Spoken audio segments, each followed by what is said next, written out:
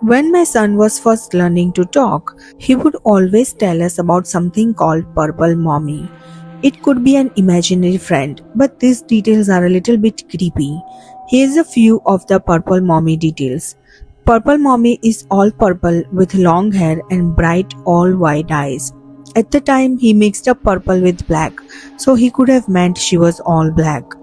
Purple Mommy picks him up at night and turns off all the lights.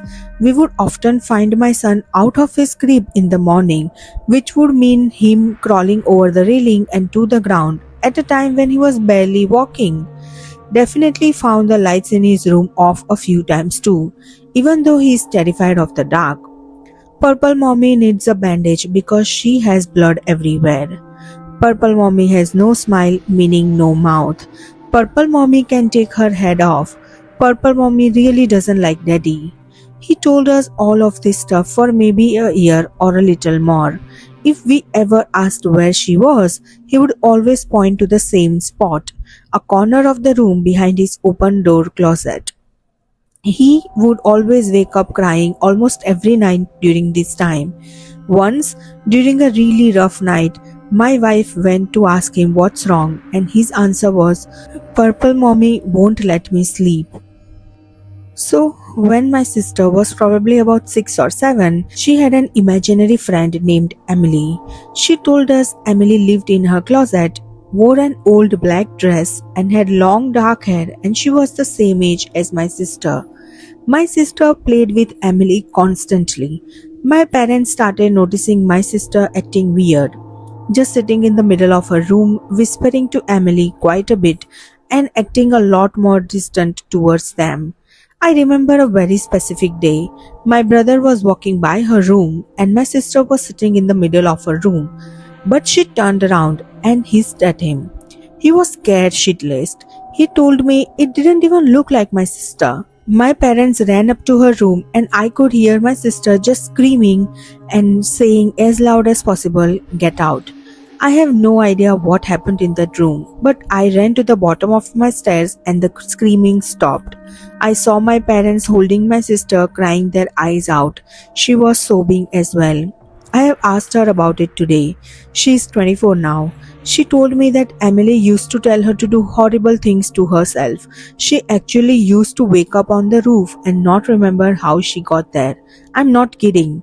Apparently, Emily absolutely hated my parents, so she turned my sister against them. She hates talking about it, so I never brought up that specific night. This all happened at my old house. When we moved into a different house, Emily was gone.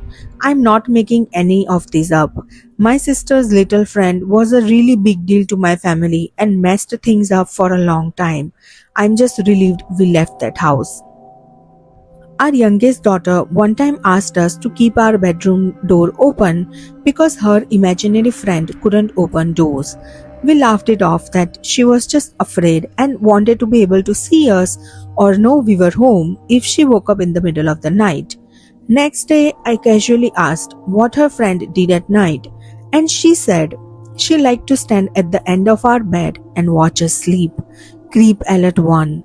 We asked how often she speaks with her, and she said she really only likes to talk and come out at night. Creep alert 2. We asked, can you draw a picture of her? She did. It was a super creepy drawing, and we asked what was up with her smile, and she said she had really sharp teeth and a lump on her head. Anyways, we eventually got a dog, and she told us her friend didn't like the dog because he stared at her at night. Long story short, we eventually moved. Her friend didn't come with us, but daughter said she would probably find us. That was 8 years ago.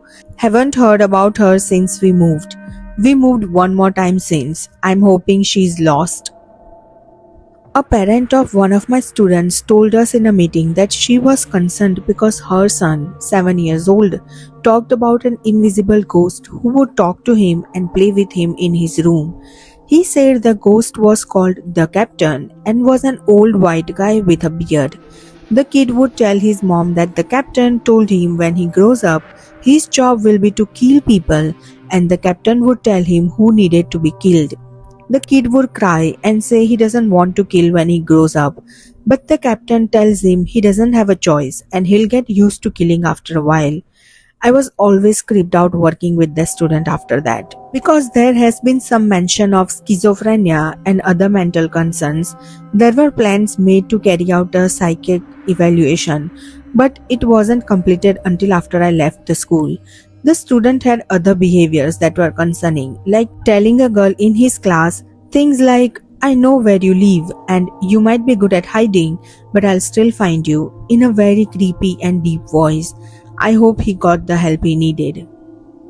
My daughter was 4 and had 2 friends when we lived in a rental house. One was named Samantha. Samantha would insist on staying in my daughter's room most of the time. Then my daughter would say that Samantha has to go to bed and be asked where her bed was.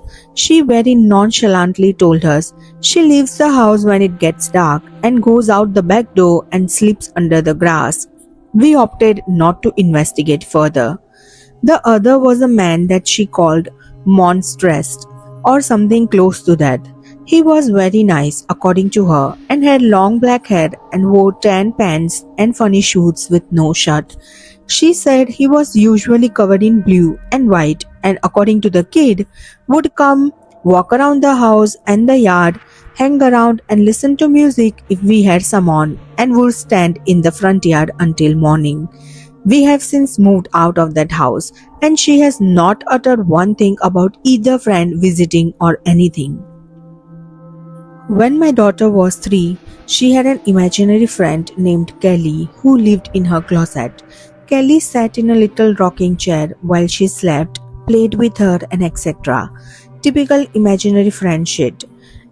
Anyway, fast forward 2 years later, the wife and I are watching the new Amityville, the one with Ryan Reynolds, and our daughter walks right out when dead girl goes all black-eyed. Far from being disturbed, she said, "That looks like Kelly." "Kelly who?" we say. "You know, the dead girl that lived in my closet." My daughter used to tell me about a man who came into her room every night and put the sign of the cross on her forehead. I thought it was just a dream. Then my mother-in-law sent over some family photos.